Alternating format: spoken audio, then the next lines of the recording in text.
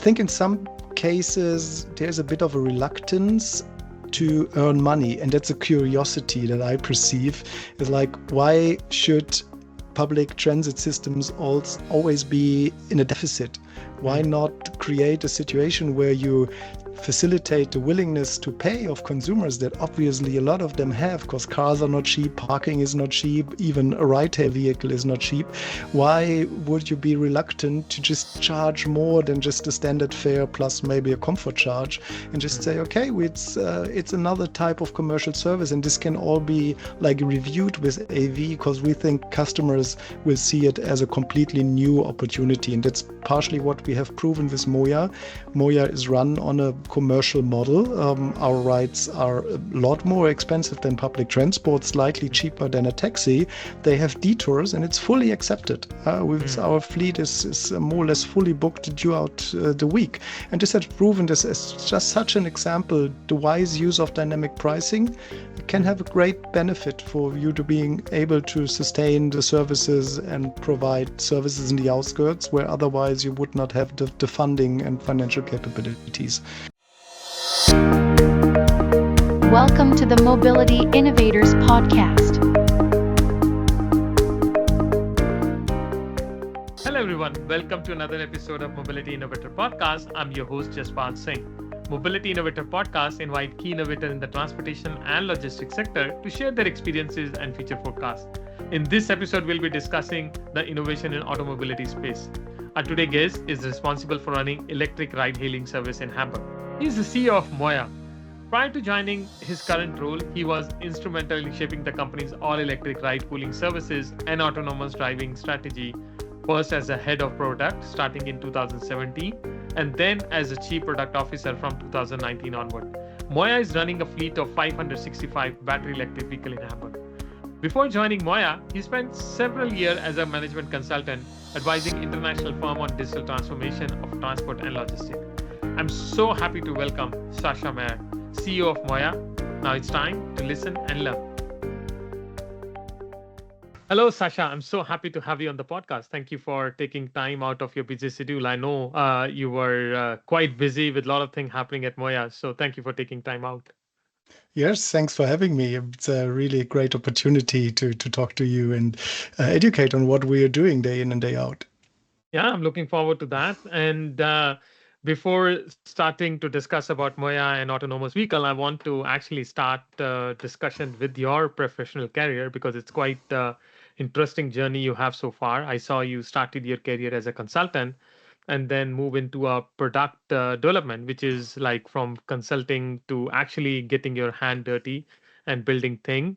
And now you're leading the company as an CEO. So I'm very curious to know, how's your professional journey shape up over the period of time, and any interesting fact about your career which is not on LinkedIn or which is not people aware about. Yeah, I think the most curious fact that is not on LinkedIn is that actually the first career that I followed was being a bass player. So I played electric bass and double bass. I then even applied for the music university here in Germany and had the chance to go for it. But overnight I decided, maybe it's a better decision not to make your hobby into your profession and you start being dependent on it. So I did the right thing, and I studied economics with a focus on e-commerce and logistics. And I think that's kind of a nice coincidence, because if I would somehow have to say what were you doing today at MOIA, I would say, okay, on the one part it's e-commerce because it's all digital what we build, and on the other side it's logistics, because efficiency, operational excellence, that's all so important if we speak about transit systems, that you cannot just ignore this fact that it's a great combination. Afterwards, before I moved into consultancy, actually my first jobs have been in the area of product development in the mobile telecommunications industry.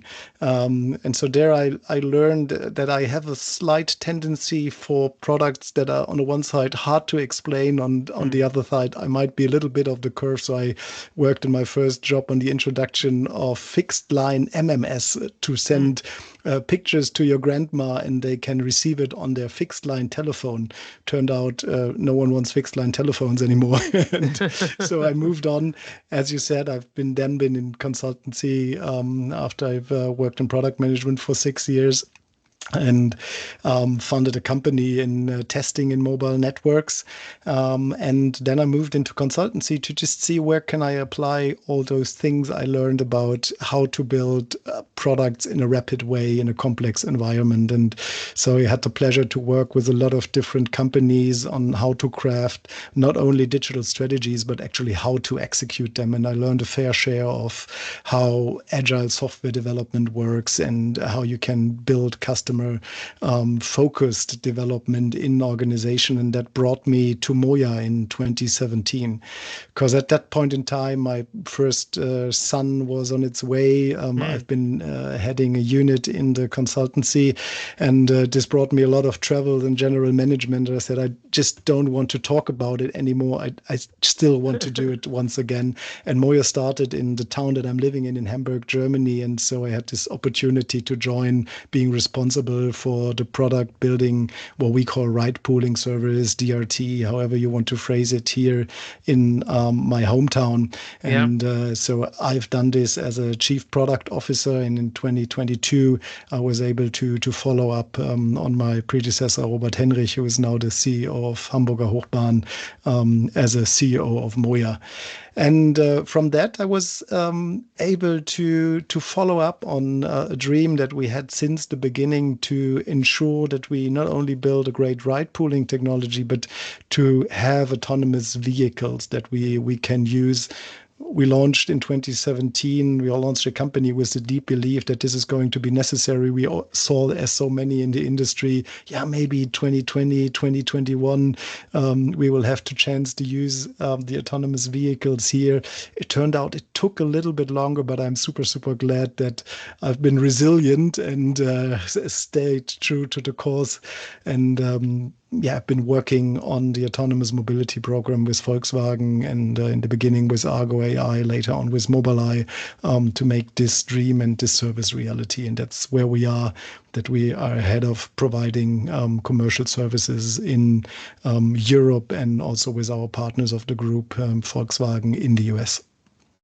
Oh, that's amazing. I mean, I learned a lot about your career. You're starting as a bass player, and then you were a founder as well. So that's very interesting to know. So it's not that you just build a product, but you actually built a company in the past, and now you are leading exciting startup here in Hamburg. And like you mentioned, AV, there is always a prediction that it's coming, it's coming, it's coming. I think it's like, we in childhood, we used to hear a story about a fox. The fox is coming, and now the fox is here. And the challenge is how to deal with it. So you mentioned a little bit already about MOIA. So MOIA offer autonomous electric ride hailing or car pooling, or different way we can describe it, service in Germany, and expanding now even beyond Germany.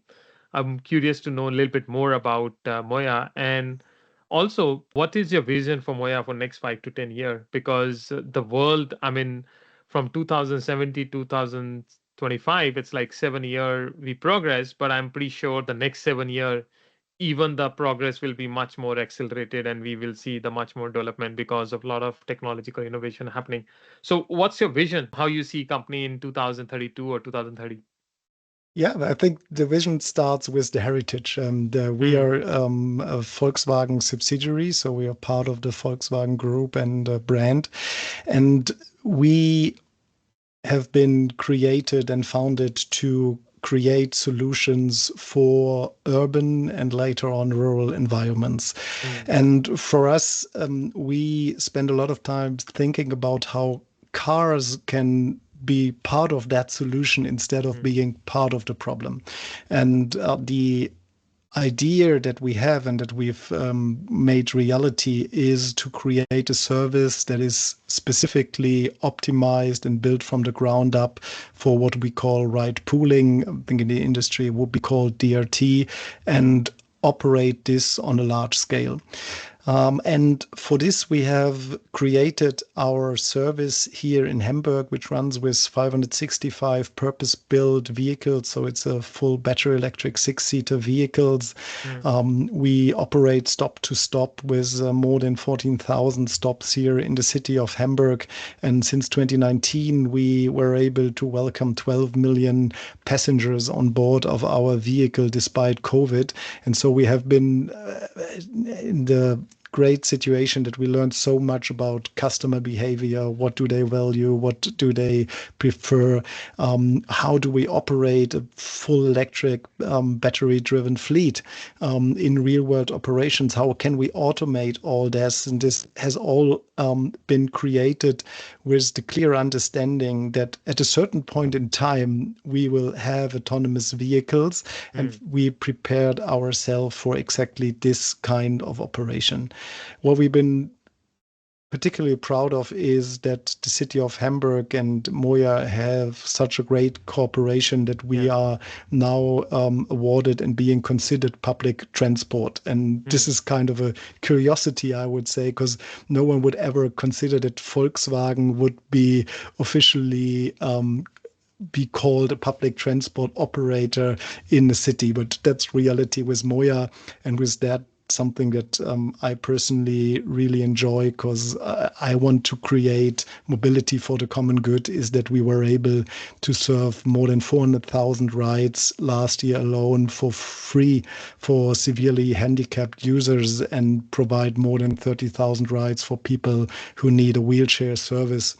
And this is something that really pays into the vision of MOIA, that we want to build a future of mobility that's safe, autonomous, and particularly driven by cities and their people.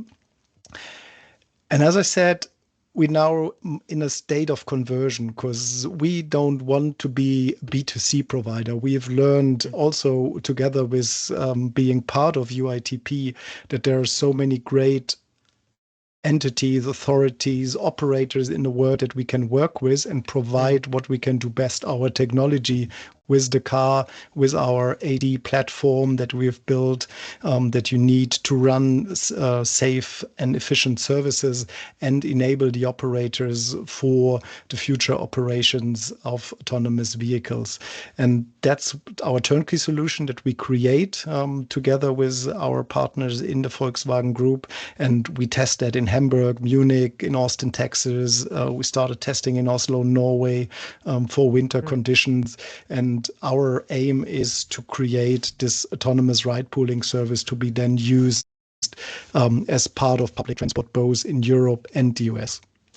That's amazing. I think you mentioned something very interesting, and basically, and it's very impressive. Congratulations. I mean, 12 million rides so far, and especially during pandemic and everything stopped. So I can imagine if the pandemic didn't happen, then probably this ride would have been doubled by now.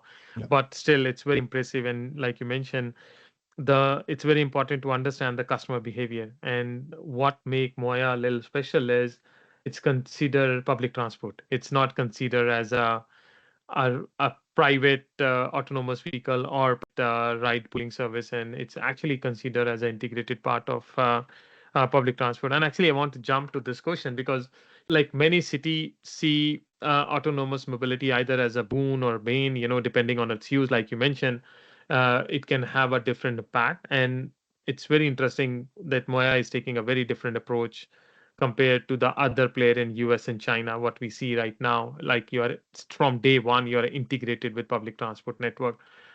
Why do you think the city should integrate AV in their network? Because sometimes city feel threatened by the AV technology, and they don't want to do it. And similarly with ride pooling services or ride hailing services, when these services emerged in 2009 and 10, a lot of cities said, no, no, no, we should not integrate. And now they're working. And what should we do to make sure autonomous mobility can help city? It's not, it can be complement rather than compete. Like how you think these two angle? Yeah. First of all, I love technology. My whole life, I've been playing around with technology from my first 56K modem up until all the great tools AI is throwing up on me, and I'm just curious how all this works. And one core belief that I have is that it's not the technology that can be either good or bad, simplified. It's the application of the technology in the given circumstances. And on your question, I think it's very important that the industry and regulators, policymakers, that they understand that it's, I would say, uninvitable that this technology will hit the roads. If you like it or if you don't like it, does not play a role. It's like with cellular communication. At a certain point in time, it will be there. And what we understand is that there's a clear customer preference. And what gets people in their cars is reliability, safety, and comfort. And it's as simple as that. And I think if we look on our transit systems, then people will be more likely to use it if they find these three values implemented in the systems. And we know that public transit has struggled in the past due to all the trade-offs that you have to make between politics, funding, efficiency of the system, scarcity of driver. There's a lot of complexity, but autonomous vehicles, if you understand what capabilities are in the technology, it gives you a lot of opportunity to rethink what you're doing. And I think cities should start to embark on this journey to come up with their individual vision on autonomous mobility. And I think there's no good application or bad application. I think ride-hailing in the US, it fits the customer's demand. And to be honest, it also relieves public transport from a lot of questions on how to provide some kind of shared mobility because it's handled by private companies. Yeah. It's a different story. There, robo-taxis can be a great fit and provide a contribution to society because the technology will likely trickle down and can then be used to increase equity and help communities to be better integrated into bigger scheme of things. In Europe, the situation is kind of different. Here we try to bring more people on our network on the great mass transit that we have in a lot of places, but we struggle to have good quality of service in the outskirts, and that's why still a lot of people rely on their cars. And I think if you as a policymaker, regulator, and so on, start to rethink what you do and see the opportunities on how to solve the different challenges that you have with AV technology, you can find the right answers for your city, for your communities to proceed. I think in some cases there's a bit of a reluctance to earn money, and that's a curiosity that I perceive. Is like, why should public transit systems always be in a deficit? Why not create a situation where you facilitate the willingness to pay of consumers that obviously a lot of them have, because cars are not cheap, parking is not cheap, even a ride-hail vehicle is not cheap. Why would you be reluctant to just charge more than just a standard fare plus maybe a comfort charge and just say, okay, it's another type of commercial service, and this can all be like reviewed with AV because we think customers will see it as a completely new opportunity. And that's partially what we have proven with MOIA. MOIA is run on a commercial model. Our rides are a lot more expensive than public transport, slightly cheaper than a taxi. They have detours, and it's fully accepted. Our fleet is more or less fully booked throughout the week. And this has proven this as just such an example. The wise use of dynamic pricing, it can have a great benefit for you to being able to sustain the services and provide services in the outskirts where otherwise you would not have the funding and financial capabilities. So to me, think about how you apply the technology. That's the important thing. Come up with your own vision.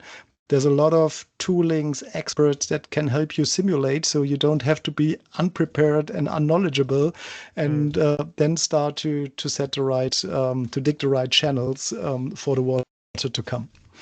I like your approach because instead of having a same approach, all cities should follow. Every city should have their own vision, AV vision. And you rightly mentioned, like quality, safety, and comfort. These are any customer. The pricing never come upfront. The key factor they always ask is, I want reliable, I want safe, I want comfortable journey. And there is a huge gap between taxi and public transport. There is a segment which is unserved, and public transport actually can take that opportunity to, like you said, create a new product for people who are willing to pay a little bit more. And this question about why public transport should be in deficit, I mean, we can understand some of the rides will be in deficit because they have a larger purpose to serve, but at the same time, there is an opportunity, exists in the market. I was reading this book, and that book called Gung Ho, and there is a statement in this book. It's not that people don't want to change, it's the comfort of change push people not to change, because there is a lot of discomfort when you change thing, Yeah. and sometimes that discomfort doesn't allow people to change. So that's I think cities want to do, but it's like they don't know where to start, and the challenge. And then also, I think a lot of people feel that autonomous mobility is still far away. Whereas I think it's picking up very fast, and already many companies are doing commercial operation. There are local permits are given on public road in US, China, Germany, Israel. There are already some vehicles are running, and we see the commercial service being operated by Waymo, Cruise, Baidu. I know Cruise. Some bad thing happened, so they stopped. But still, Waymo and Baidu and Tesla now, launch their robotaxi service. So how can we expect fully? When can we expect like a fully autonomous fleet on the public road? Like, what is your, I would say, prediction? Because everybody make a prediction every 2 year it's coming next. But what is your prediction? When can we see the fully autonomous fleet on the road? And how do you see MOIA playing an important role during that time when there is a mass adoption of AV on the public road? Yeah. I think for the US market, it's pretty clear it's there. So I would say the industry led by Waymo, they're doing a great job. Others are closely following on the timeline. We have reached base camp. Mm, So what do I mean by base camp? We have proven that the technology is there. The business case just is not yet there. It's too costly to operate the vehicles. One huge factor is the ratio of operators per vehicle. It's the cost of integration. It's the robustness of the mm, vehicle. So there's a lot of different ingredients. Now, right now, as a product guy, I would say we see a great MVP. It mm, serves its purpose. It's there. It just lacks the unit economics and some tweaking here and there. And I think that's really the question for the US market. When will it become mass marketable, adoptable? And I think that will come with the next generation of vehicles. Whoever is going to produce that vehicles, a lot of the learnings will be incorporated. A lot of technology will unlock new functionality that drives down the mm, cost of remote operations and remote safety procedures. And I think that creates a huge benefit.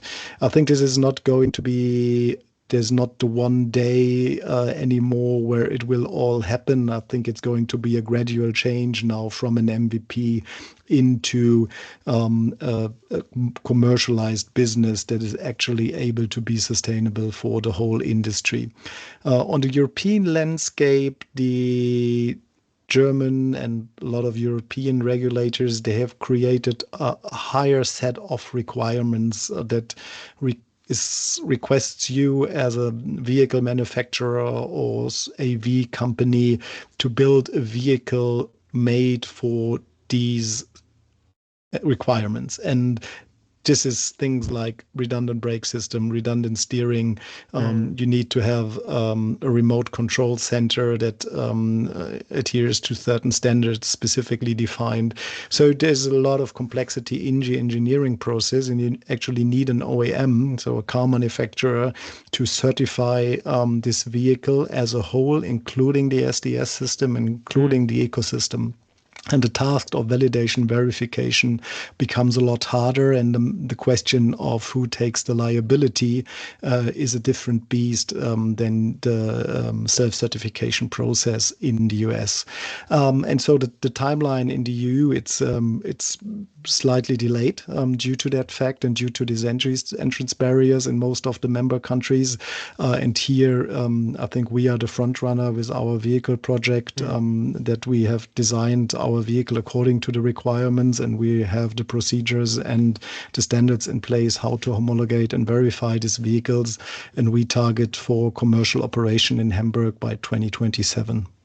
Yeah. Oh, So 2027. That's clear answer. It's in 2 years. No, wish you good luck. I mean, like you mentioned, there are a lot of complexity around it, and I was not aware that the car company need to kind of certify the whole ecosystem, not only the vehicle but also the ecosystem, and redundant brake, redundant steering, and then remote monitoring. It's a lot. So I'm curious now. Like you mentioned, clearly in US the approach is very different. China, we know the approach is very different, and Europe is taking a very different approach. What are the regulatory framework for AV in Europe, which you feel is a bit challenging, or which probably need a little bit of review, and what Europe need to do to accelerate the deployment of AV? Because, like you said, Europe has very good public transportation system.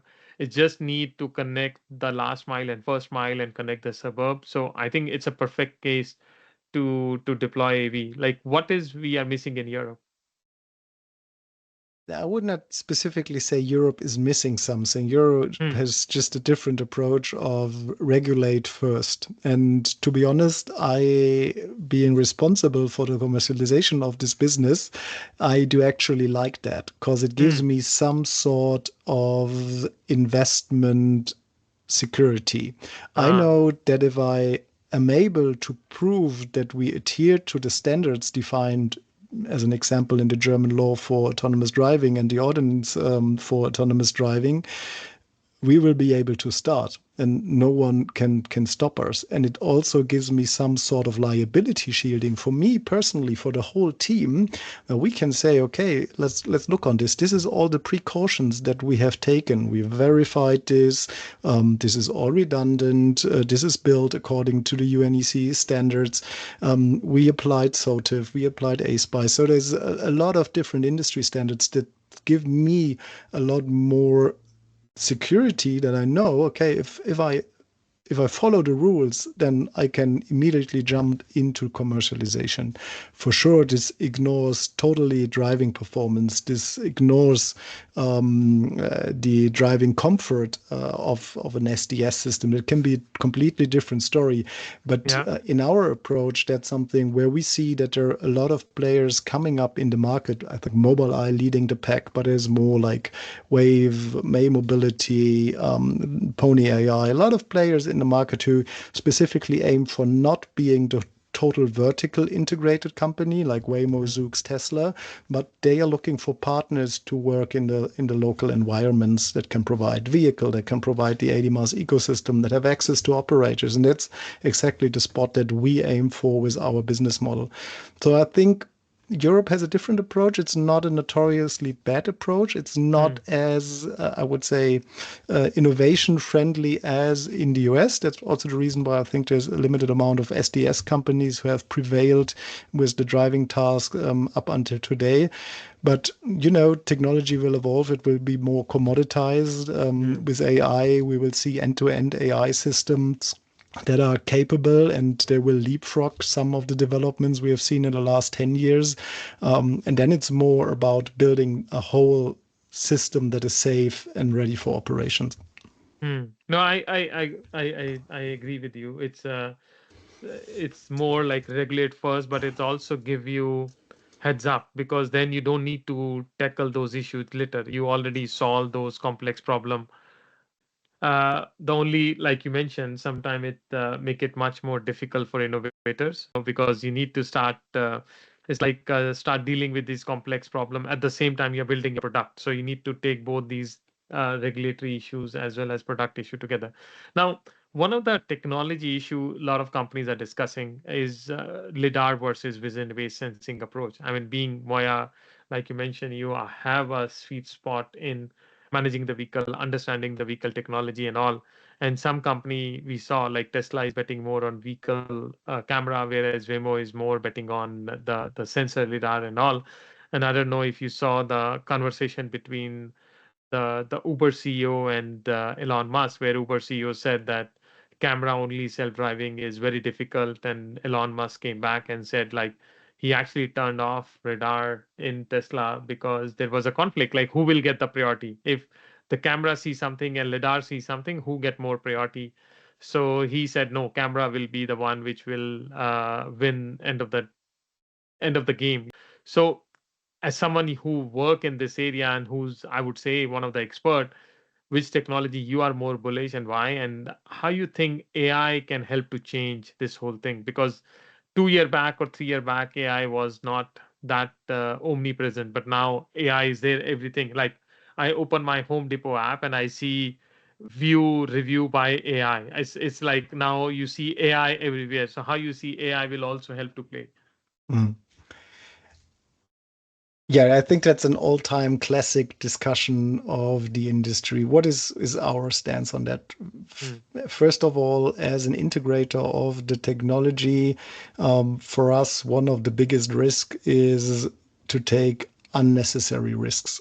mm, And like you mentioned, the famous example of Cruise and what happened to them, it was not due to the technology, don't get me wrong here, but it has clearly shown one sign in the industry. No matter how much you have spent before, no matter what your track record is, it's one critical single incident that can take down not only the company, but I would say can take down and throw yeah. back the industry by years. So not taking risks that you can avoid, for us, it's a prime directive. If we see on the technologies available, for sure, most systems heavily rely on the perception driven by camera systems.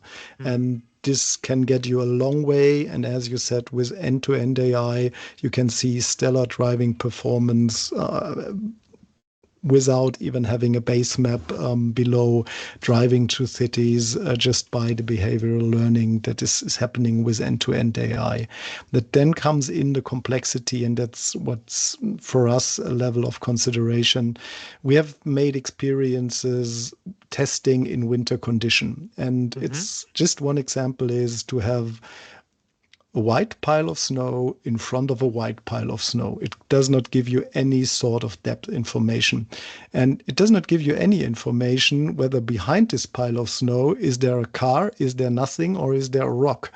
And Mm, having driven our vehicles in Oslo, I was very happy that the vehicle was able to detect whether it can, in an emergency situation, partially drive on that pile of snow or it can't. And this is one example where cameras can be misleading, they can be misled. So it's one vector mm, of manipulation that you can avoid. And if there's no light, cameras don't work. Yeah, yeah. so good luck in a dark tunnel. Yeah, good luck in a garage. And so we think that at least having one sensor capability that is not dependent on light or emits lights on its own will be keen. We think right now the combination of camera, LiDAR, and radar is the best you can get. We see technology evolving and radars getting better and not only providing you with a one point information of an object and how fast it moves, but provide you with a point cloud. Mm, And those kind of 3D imaging radars, they can likely be a replacement of LiDARs. And I think sensor technology will ever more evolve. Then it's a game of economics and how you compute and how you do the sensor fusion in the back end. But for us, it's quite clear. I would not bet my life on just a single non-redundant system, to be frank. yeah, no, I mean, I love your point about not taking risks which you can avoid. So it's better not to take risks. And you rightly mentioned about Cruise, it was one of the incident which actually led to the whole collapse. And it's not that was bad because you driven millions of mile and one particular mile something happened, the whole thing blame for that one particular mile. And some of the edge cases you mentioned, now it forced me to rethink, like the dark night, when there is no light. Let's say Mm. you are in suburban area, there is no street light, and something happened, and then you have nothing to see. And snow, I can imagine in Canada we have a lot of snow, and sometimes you don't know what is behind the snow. It can be human, it can be car, it can be more snow. So that's another. And when we have a big snowfall, that's the case. You see snow piles everywhere, and sometimes as a human it's very difficult for us to drive because we don't know what's coming in that back because you don't have that visibility. So LiDAR and radar can really help. No, good to hear that. I mean, it's like you said, it's a classic debate. There is no one answer. It's you need to find a solution for these edge cases. So thanks for sharing that. I mean, I really find it's useful. Now, a lot of experts say that the future of mobility is case, which is like connected, autonomous, shared, electric. And Moya is actually doing all of these cases now. Like these are connected vehicle, these are autonomous, these are shared, and these are electric. Uh, and I think there will be a big wave of change in next 4 5 year. What happened with on-demand mobility in 2010, when the on-demand mobility, or the I would say actually the smartphone came. With the smartphone, there were a lot of other things became possible. How do you see the integration between ride pooling and autonomy fitting together for future of public transport in Europe and globe? You already mentioned about some cases in US and Europe, but what do you see overall in other market like in Asia or other countries? How do you see AV and ride hailing will definitely work together? For me, it's just a consequential next step for the whole ride-hailing industry. And Hmm. our market understanding is that the adoption will first be driven in markets that are challenged by demographic change. So if there's a Hmm. scarcity of driver, if there's a cost pressure due to the scarcity of driver, then this will likely create better business cases and also be more relevant for public players to early on adopt autonomous mobility into their existing frameworks. What we see is that the technology will first be applied in smaller body form vehicles. So, be it Hmm. cars, be it vans like our ID Bus, or be it smaller 6 to 10 seaters. And that's for a reason because it's easier to maneuver, Yeah. and the coverage of the whole vehicle, how to create a 360-degree coverage of the sensor is easier to create. And something that we realized is that if you want to bring in a self-driving system into a city bus, then even latency from the end of a standard bus to the compute system can be a huge issue. And then, to be honest, it's not a huge business case. The technology itself is very Hmm. costly. The amount of buses bought worldwide is rather small, and the economic benefit for the operators of bus lines is just smaller because with one driver you can transport up to 50, 60, 70 people if there's good efficiency in the service. So that's why we see that the majority of the vehicles available in the next 5 years will rather be, from a public transit point of view, be small-sized vehicle.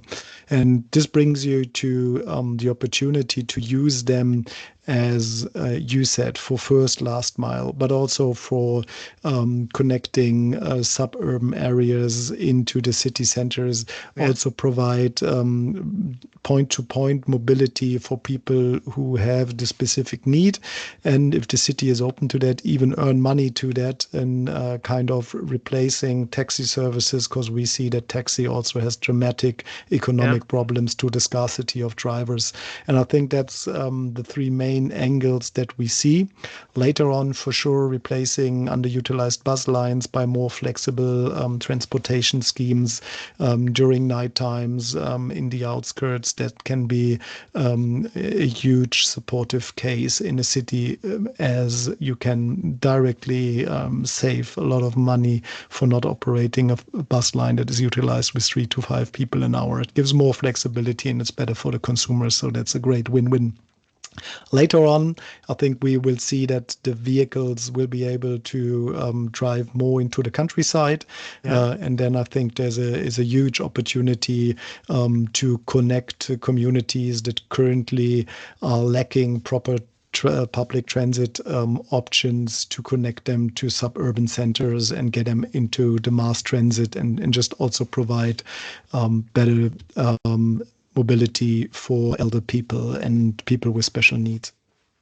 No, I think you rightly mentioned like right now a lot of countries are facing issue with the cost, the driver shortage, and the operation. So this can be good solution for them to start. The cost is a main prohibitive. Recently, during the LA unrest, they burned some vehicle, and somehow somebody able to estimate the price of each Wemo, and they estimated around $1 million for each Wemo car, which is like it cost $1 million. I don't know if that's correct or not, but somebody kind of estimated.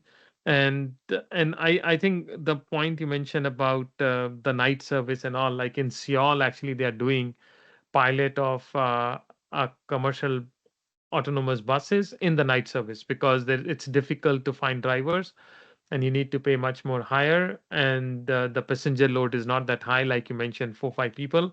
So how can you serve those time or services with autonomous vehicles? So we will see. And then also there is less traffic, so the roads are much safer compared to daytime when there is a lot of traffic. So we'll see these changes. No, that's a good point. And actually you mentioned something important about the driver shortage, but it's also, I feel, with the technology, a lot of jobs will change, and AI is already a buzzword. And I was reading an article published by Financial Times in 2017, which say that plan for 5 career in a lifetime. So it means you cannot rely on one career.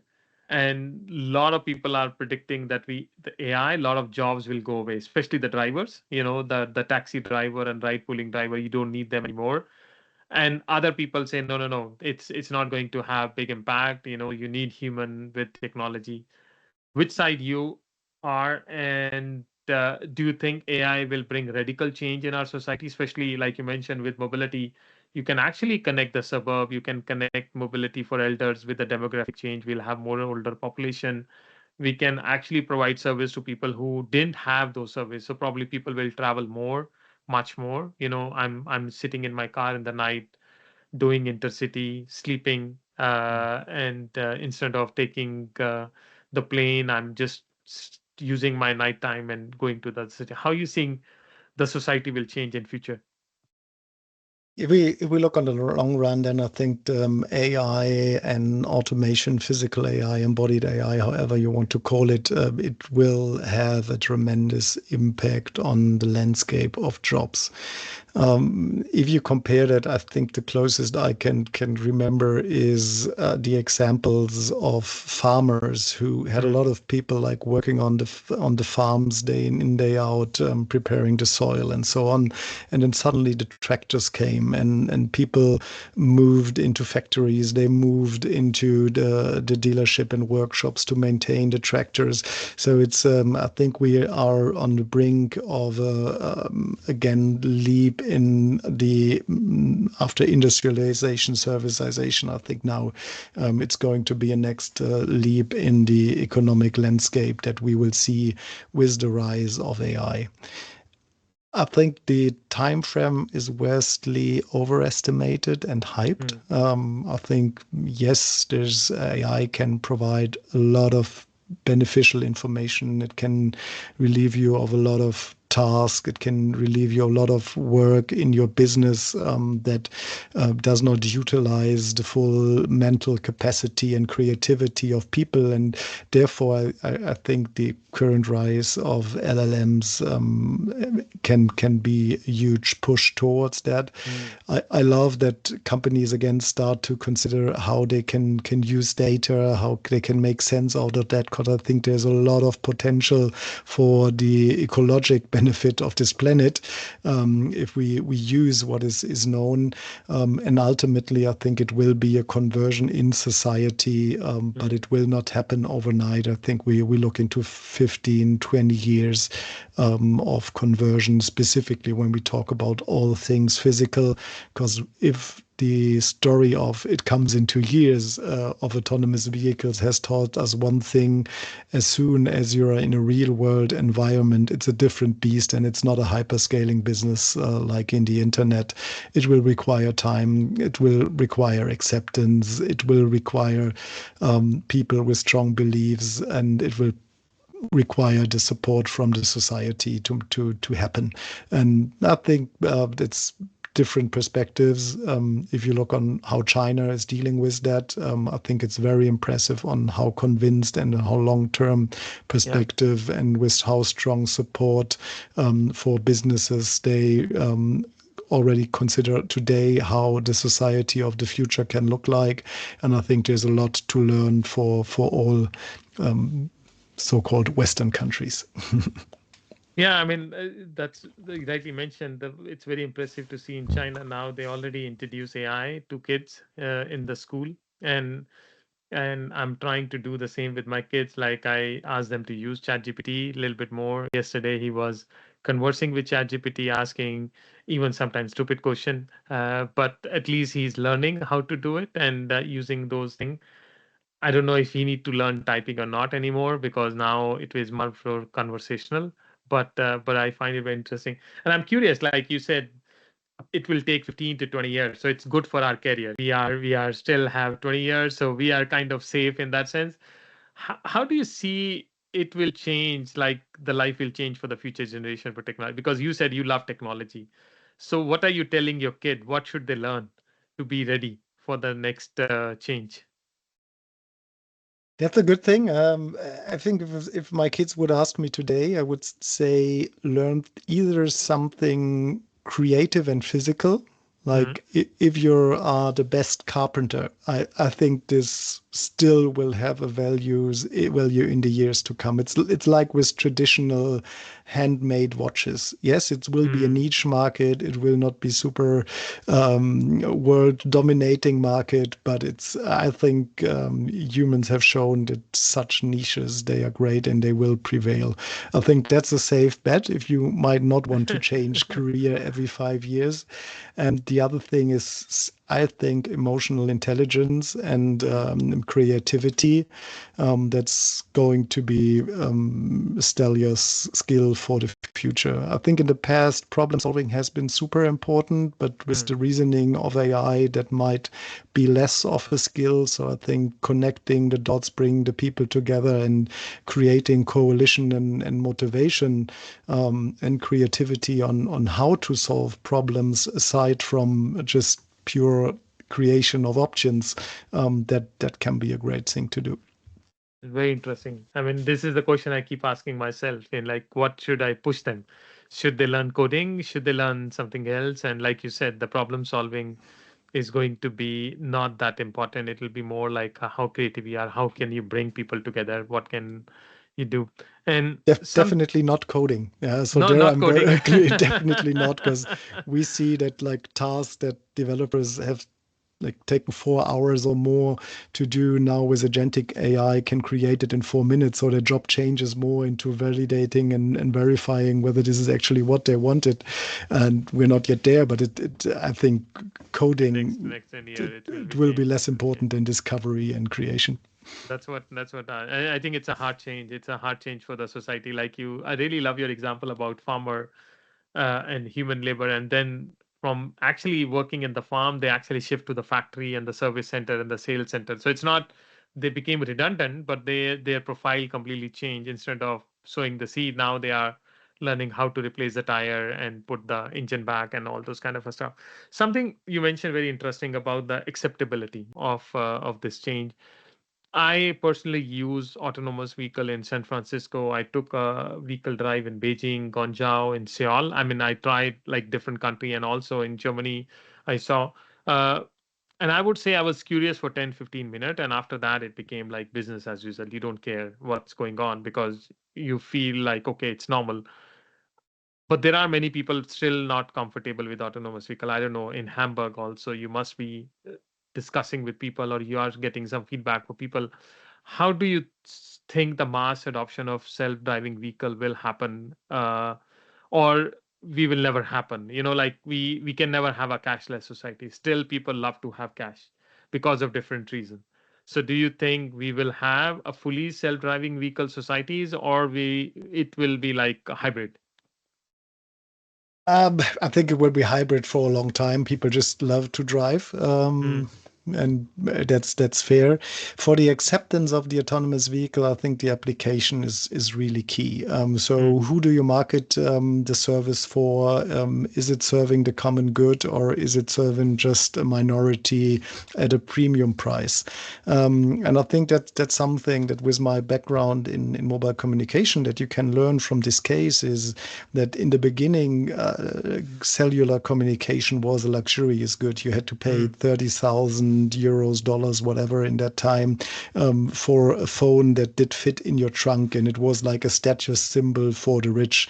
And I think that's exactly where the technology is. It's not there for full production. It's not there for every household. It's still too expensive to be able to serve the common good. So that's where we just are in the industry. But now it's important to really leap forward and create services that, even with public funding, they educate people that it's not a technology that is made to clog your streets and just make people go faster to their country houses by going through your backyard.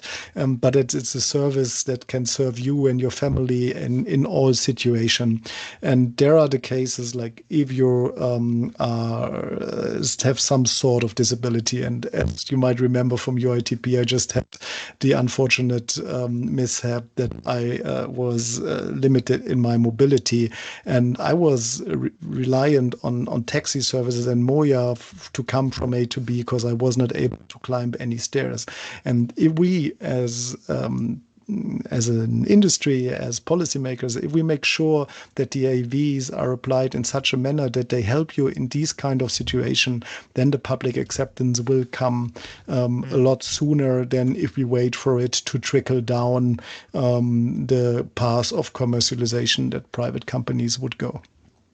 No, that's I fully agree with that, and I can also see like our like demographic change, the aging parents, the old people, they cannot drive, and the young population they cannot drive, so it can be perfect fit for them. Like sending those vehicle now. I think Waymo just launched a service in San Francisco where the kids can take the ride. The parents can book a ride for their kids, young kids, going to classes and doing some activity, and they feel more safer because the vehicle will go and they can see the feed and they can see everything in the vehicle. So I fully agree. You need to create those cases and make people comfortable with it rather than just leaving it to some private company to do it. So the city need Yeah. to come forward and do it. Yeah, That's just like to add on, the majority of our users of our MOIA service are female. a female. And why And is that, why? do you think? To the safety, because you don't have to stand in a crowded bus stop in the middle of the night, because it's a smaller form factor, because they are a little bit detached from the drivers that we have. And we would love to offer a women for women service today, but unfortunately we don't find sufficient female driving staff to make this happen. But we know once we have autonomous vehicles, like this is going to be a game-changing moment for all women who want to travel at night. Yeah, and that's exactly how you said it, with children, with women, anyone who needs has special requirements on safety. This is going to be huge, and if we really market that and if we create those applications together, then it's going to be a blast.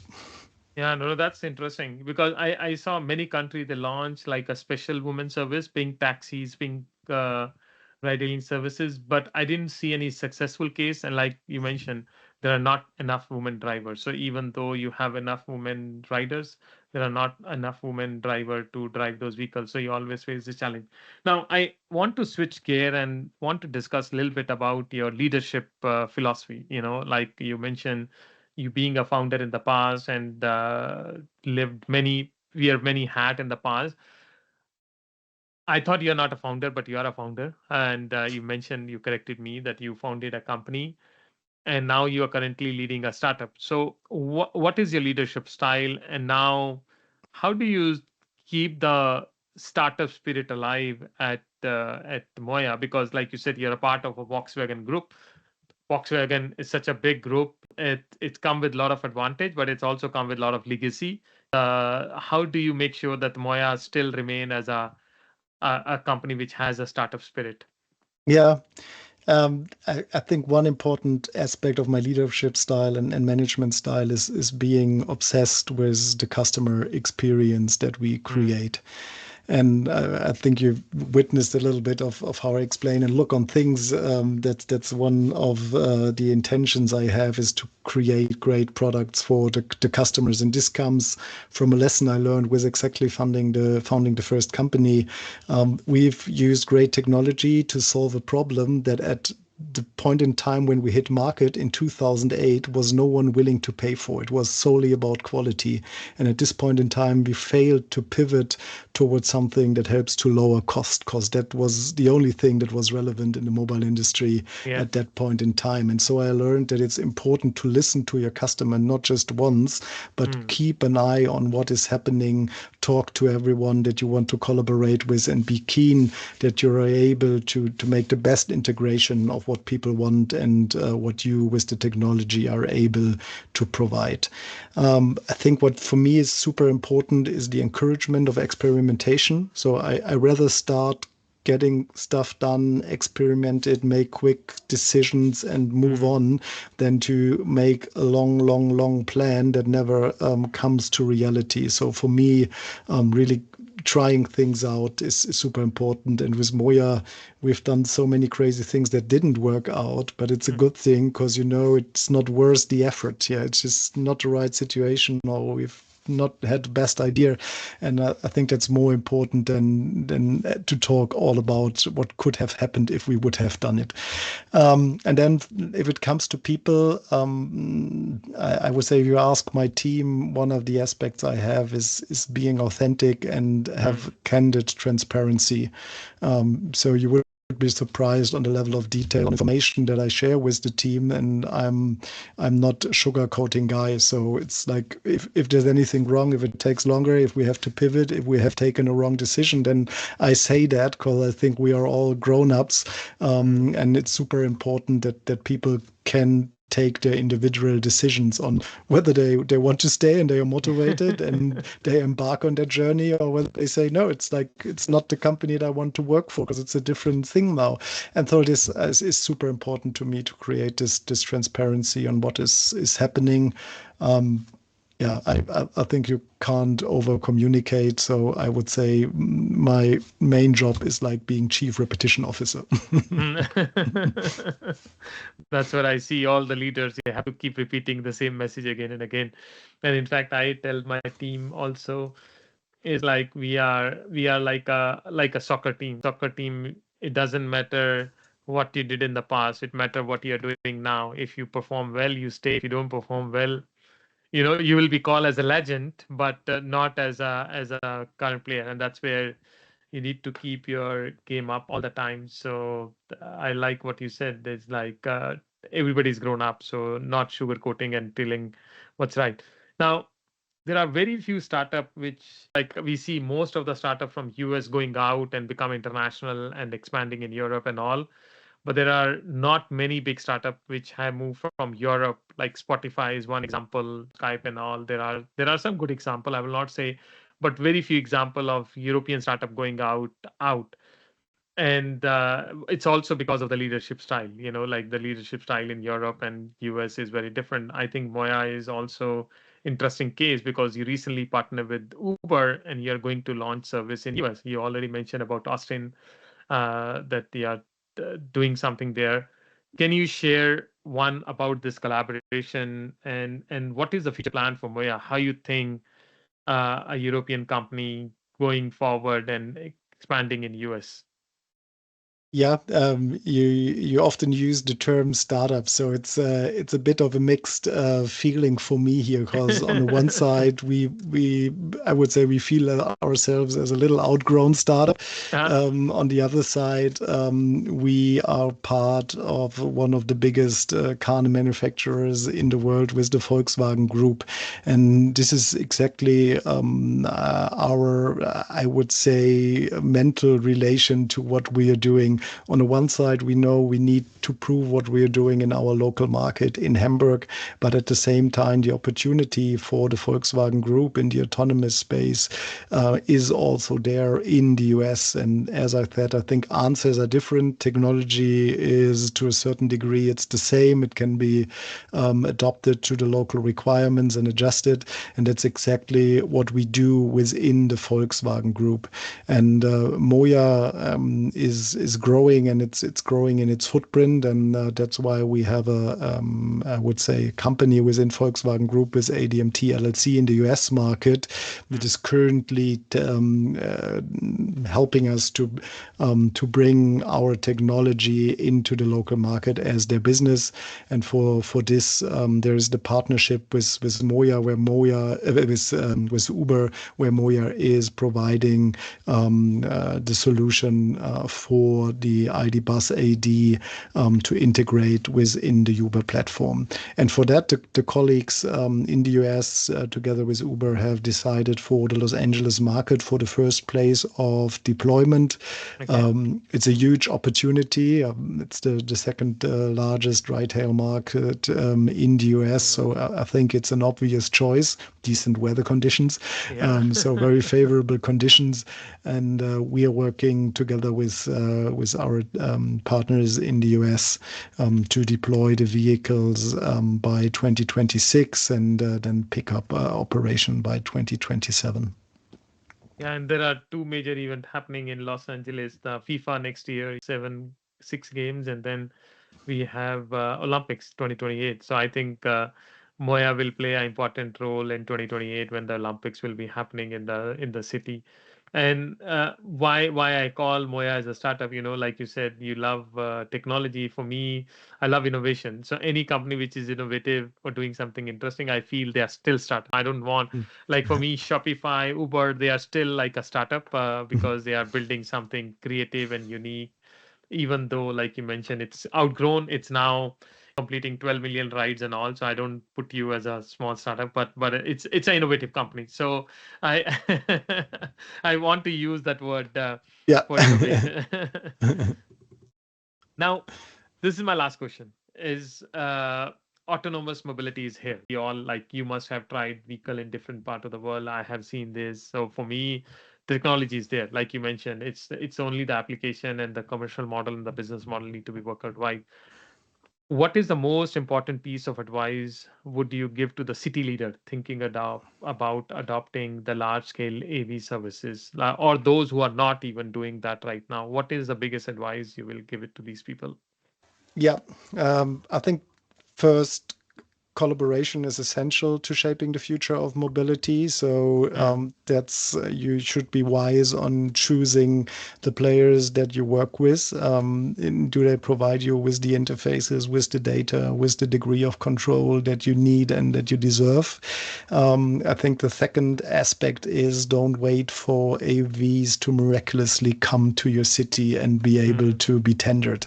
I think you need to create a vision. You need also to think about how you're going to fund the implementation of the AVs, what is the long-term game, and have a strategy and a clear idea on how to get things going, so you don't have to start from the scratch and reinvent the wheel.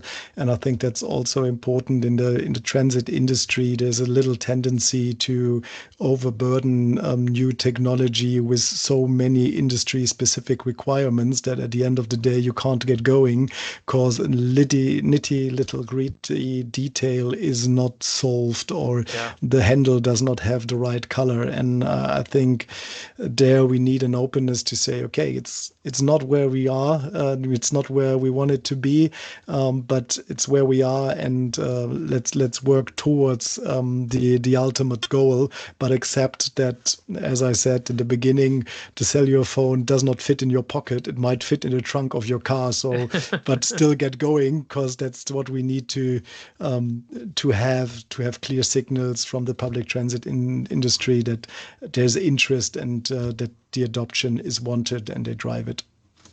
Now, these are very important point, and I love what you said. Like each agency should have like a AV team within their company, even though if they're not doing it, but they need to start learning and they should not keep waiting it to appear one day in their city, because once it will appear, it will be very difficult to stop and integrate. They should be in a driver's seat, and they can actually start collaborating much before, now start discussing and rethinking about what are the underutilized route I can use and provide some kind of a service which is more suitable and cheaper, rather than having a full fleet fixed line service which is not profitable.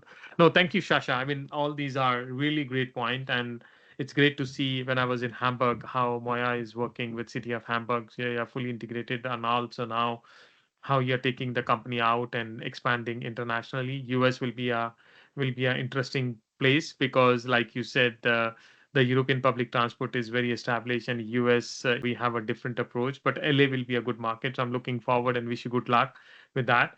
Generally, we end this podcast to ask some rapid fire personal question round, and idea is to learn a little bit more about you, and to know more about your you as a person. So once you're ready, I'll fire my this question to you. I'm ready. Okay. So now you already, like you mentioned a little bit about the first question. So if you're not in a transit technology, or I would say the bass player space, what other profession you would have selected? Well, I know if I ask you transit technology, you would have said I would be a bass player, but I've said not a bass player. Like, what other profession you would have selected? I would say a sailing instructor because I Sailing love instructor. sailing. Yes. No, I love that. So as a leader, you want people to move into the right direction. So that's what you're doing right now, And sailing the deal with company uncertain environmental conditions. with the high tide, low tide, and other thing. Now, I know you may be biased because Hamburg is a beautiful city, but which is your favorite city in the world and why? It's like my preferences are sailing, cycling, and food. And so I would say it's Copenhagen, Hmm. Vancouver, and Osaka. Vancouver is a great choice, and unique answer. Copenhagen and Osaka. Yeah, all these are beautiful places. Uh, any favorite book or movie you recommend?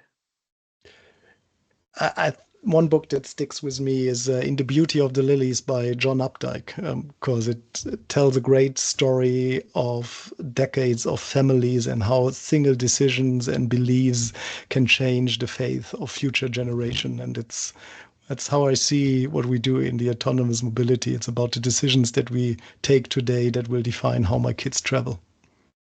That's interesting. This will be my to read list in the Beauty of Lily. Yeah, that's I agree. Like when you change one piece, it can have like a snowball effect and can create a huge shift generation later.